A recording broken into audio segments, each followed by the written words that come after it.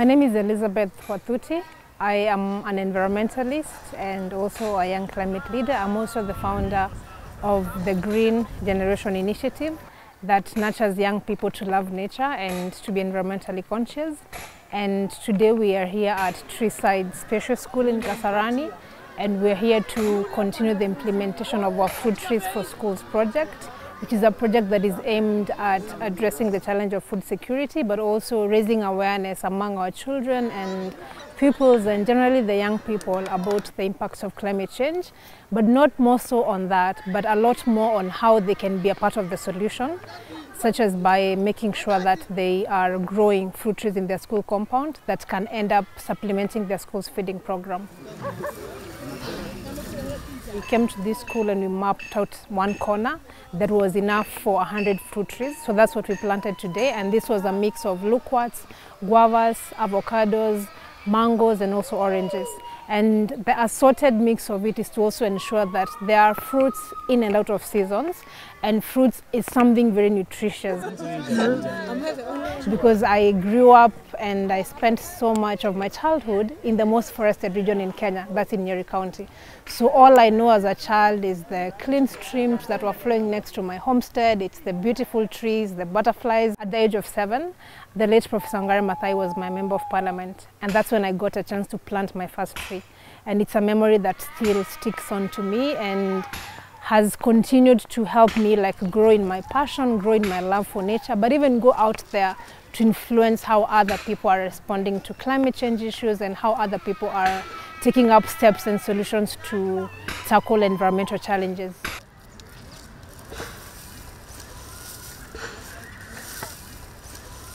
For me now, working with children is something really special because it enables me to nurture and raise more young environmental enthusiasts. If all of us were environmentally conscious, a lot of the challenges we are facing today caused by humans would not be happening because we would be very cautious about how we treat nature. We'd be very cautious about even small things like throwing trash out of car windows, making sure that our streams are clean, making sure environment is clean, making sure that we are protecting our forests.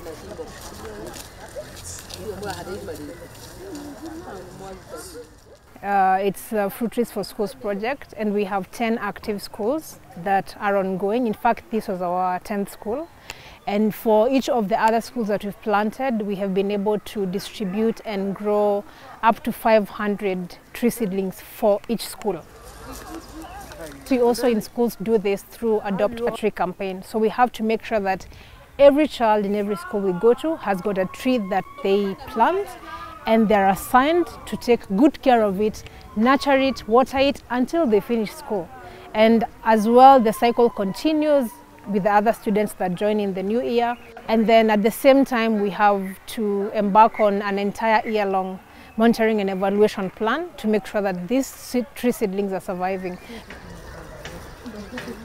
So impact for us is being able to see to it that all the fruit trees we are planting have been able to grow to maturity and that they can be able to provide the much needed nutrition for our children.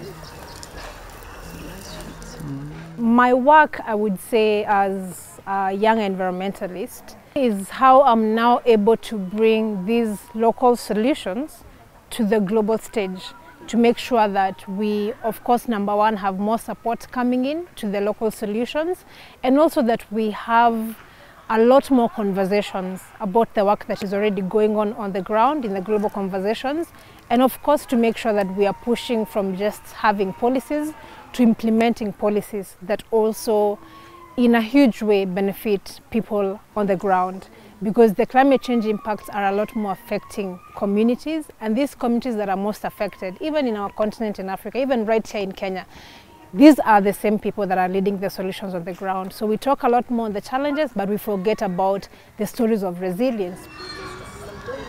How can we be able to make sure that we have long-term, tangible solutions to the impacts of climate change? Sometimes you have droughts, sometimes you have floods, and we're very quick to respond with short-term plans. But for us, the focus is how can we make sure that our communities have long-term solutions and projects that can be able to even caution them in the next drought season, in the next rainy season.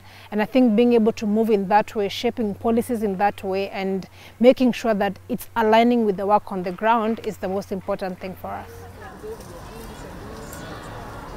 First, right now we are at beyond 100,000 trees, and I think for us, the impact and how we give this number is in terms of the trees we can actually account for the growth. And secondly, it's also the aspect of how we can continue to encourage more Kenyans to establish tree nurseries that can be able to support in the contributions towards the 15 billion tree growing initiative. We ought to embrace that culture of collective action, of collective responsibility, where nobody's left behind, where we're not just asking a few individuals to plant trees, and we're not just asking a few individuals to participate in conservation, but all of us are part and parcel of that. We take up personal responsibility and initiatives to make sure that we are not just doing it for the sake of doing it, but we are doing it so that our children and our children can have food, they can have water, they can have clean air, they can be able to thrive in an ecosystem that enables them to thrive and survive in good health. And that will only be done if all of us take that personal, heartfelt initiative to participate in environmental conservation. Have been able to engage in a lot of international engagements, and I think the biggest forum I spoke at was at COP26 during the World Leaders Summit, where I was addressing about 110 heads of states and other leaders around the world. And the speech was very clear to what is true to my heart around people making sure that we embrace love and compassion in this work that we are doing, because we are doing it for ourselves, for our own survival as humanity. I've also been able to get a lot of recognitions, both nationally and internationally, for my work, and also for using my voice within the global space to advocate for climate action and to advocate for people to be part and parcel of environmental conservation. And recently, a few weeks ago, among the 100 most influential young women in Africa, and I also received the Time 100 Impact Award in Singapore just last September because of this work that I've continued to carry on. Awards is just a recognition as well for a lot of the other young people like me out there that are stepping up and choosing to not be stopped by the challenges around, but stepping up, taking up leadership and making sure that we are doing whatever we can within our capacity to address the challenges around us, but also to support our communities to be able to continue thriving and surviving even in this era of climate change.